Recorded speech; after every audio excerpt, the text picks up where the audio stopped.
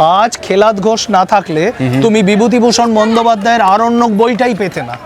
তিনি প্রথম পাথুরে ঘাটায় মিউজিক কনফারেন্স সঙ্গীত প্রথম তৈরি করেছিলেন। তার দেওয়া জমিতে টালা ট্যাঙ্ক তৈরি হলো।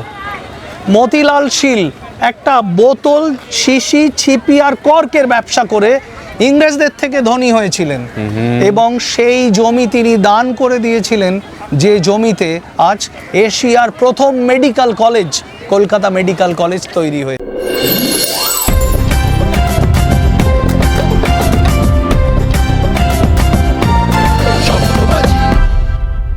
তুমি কলকাতায় কিছু নির্দিষ্ট জায়গায় মানুষদের নিয়ে যাও দেখানোর জন্য যে এখানে কি ঐতিহাসিক স্থান ছিল, কি ঘটেছিল, যেগুলো বাঙালিকে উৎসাহিত করেছে, অনুপ্রাণিত করেছে, উদ্বুদ্ধ করেছে, এবং সেটা আজও কিন্তু জানা দরকার। তার কারণ 150-200 বছর আগে যা ঘটেছিল তা যদি আমি আজ না জানি, অর্থাৎ আমার শিকড় সম্পর্কে যদি আমি সচেতন না থাকি, আমি ভবিষ্যতের দিকে যেতে পারবো না। তো আজকে মানে এই যে পয়লা বৈশাখ উপলক্ষে আমরা একটা অনুষ্ঠান পুরো করছি, আমরা আড্ডা দিচ্ছি, আমরা আমাদের কথা আমরা জানতে চাইছি।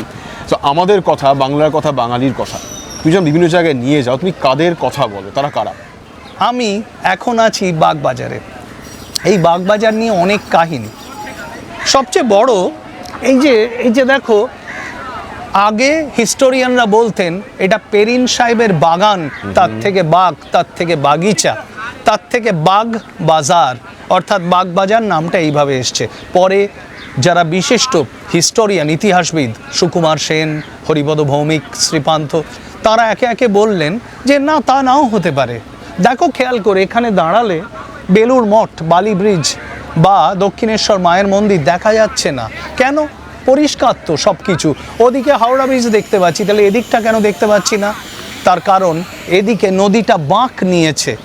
তাহলে বাঁকের মুখে 200 বছর আগে বাজার বসতো, তার থেকে বাঁক বাজার, বাঁকের মুখে বাজার, তার থেকে বাঁক বাজার, তার থেকে বাগ বাজার। তাহলে আমি চাইছি প্রত্যেকটি ছেলে মেয়ে যারা আসবে তারা একটুখানি ইতিহাস আর ঐতিহ্যের পাঠ নিক। তারা জানুক যে সুবেহ কা বাজার তার থেকে শোভা বাজার, নাকি শোভারাম বসাকের বাজার থেকে শোভা বাজার, নাকি সুবেদারের বাজার তার থেকে শোভা বাজার। এবার এতগুলো থিওরি রয়েছে। হ্যাঁ, একদম। শ্যাম রাইয়ের বাজার তার থেকে শ্যাম বাজার। আজকে যে মিষ্টি, যে রসগোল্লা, যার কথা বিশ্বে বাঙালির একটা সিম্বল, নবীনচন্দ্র দাশের অসামান্য সৃষ্টি। আর একটু এগিয়ে গেলে বাগবাজারের রসগোল্লা, বাঁ পাশে আধ মিনিট হাঁটলে নেবু বাগান বারোয়ারি, মুখার্জি পাড়া, রামকৃষ্ণ লেন, সেইখানে নেবু বাগান বারোয়ারি প্রথম হয়েছিল বাগবাজার সার্বজনীন, প্রথম দুর্গাপুজো যা বারোয়ারি, যেটা এখনো চলছে। গুপ্তিপাড়ায় তার আগেও শুরু হয়েছিল, কিন্তু সেটা এখন আর নেই। আচ্ছা, প্রথম যাত্রাপালা থিয়েটার গিরিশ ঘোষ, তারই একটু ওপাশে বিনোদিনী, তার বাড়ি। প্রথম মহিলাদের সামনে, মানে পুরুষের সামনে মহিলার এসে আত্মপ্রকাশ করা। এবার মহিলার শিক্ষা, নিবেদিতা লেন, সেখানে সিস্টার নিবেদিতা বিদ্যালয়, ঠিক আছে। রামকৃষ্ণ সারদা মিশন এখন তার নাম হয়েছে। একের পর এক যে কারণে যাত্রাপালা, মিষ্টান্ন, বনেদি বাড়ির পুজো, পুজো, বারোয়ারি পুজো, যার জন্য বাঙালি হয়েছে। প্রতিটা ঐতিহ্যের, ইতিহাসের আঁতুড়ঘর হলো এই বাগবাজার। এই বাগবাজার ঘাট ফেডারেশন হল থেকে 1905 সাল বঙ্গভঙ্গ লর্ড কার্জেনের ঘোষণা, তার প্রতিবাদে, মনে রেখো তখন গান্ধী নেই, কেউ নেই, তখন রবীন্দ্রনাথ হলেন ভারতবর্ষের আদর্শগত নায়ক, জাতীয়তাবাদের কাণ্ডারি। তখন বাঙালির জাতীয়তাবাদ থেকে ভারতের জাতীয়তাবাদের উন্মেষ হচ্ছে, যে কথাটা এখনকার ছেলেমেয়েরা বোঝে না, যে ভালো বাঙালি না হতে পারলে ভালো ভারতীয় হওয়ার স্বপ্ন অলীক থেকে যাবে।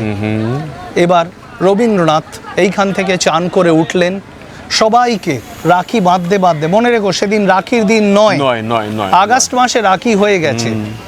সেদিন 16ই অক্টোবর তিনি হাঁটতে হাঁটতে গেলেন বাগবাজারের নন্দলাল বসু, পশুপতি বসুর বাড়িটিতে, বসু বাটিতে। যেতে যেতে লিখলেন, বাঙালির পণ, বাঙালির আশা, বাঙালির কাজ, বাঙালির ভাষা, সত্য হোক, সত্য হোক, সত্য হোক, হে ভগবান, বাঙালির প্রাণ, বাঙালির মন, বাঙালির ঘরে যত ভাই বোন এক হোক, এক হোক, এক হোক। হে ভগবান, সেই বাংলার মাটি, বাংলার জল আজ পয়লা বৈশাখ পশ্চিমবঙ্গ রাজ্য দিবস, নববর্ষের দিন, এবং সেই আমাদের রাজ্য সঙ্গীত হয়েছে। সেটা কোথায় লেখা? এই বাগবাজারের মাটিতে লেখা, পবিত্র পুণ্যভূমি বাগবাজারের মাটিতে লেখা।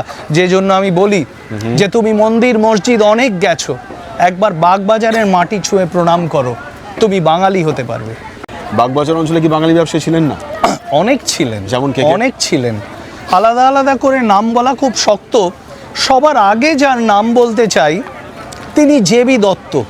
আচ্ছা। আজ যেখানে কালোয়ারপট্টি মাঠ, গিরিশ মঞ্চ, ঠিক তার পেছনে তার লাল ইটের বাড়ি এখনো দেখা যায়। জেবি দত্ত কি করলেন? তিনি বড়ির কালি তৈরি করতেন। আচ্ছা। অর্থাৎ রবীন্দ্রনাথ থেকে শরৎচন্দ্র যে কলম ডুবিয়ে যে কালিতে লিখতেন, সে কালি তো তখন অনেক আগের কথা বলছি, তখন এই ক্যামলিন, চেলপার্ক, সুলেখা অব্দি তৈরি হয়নি।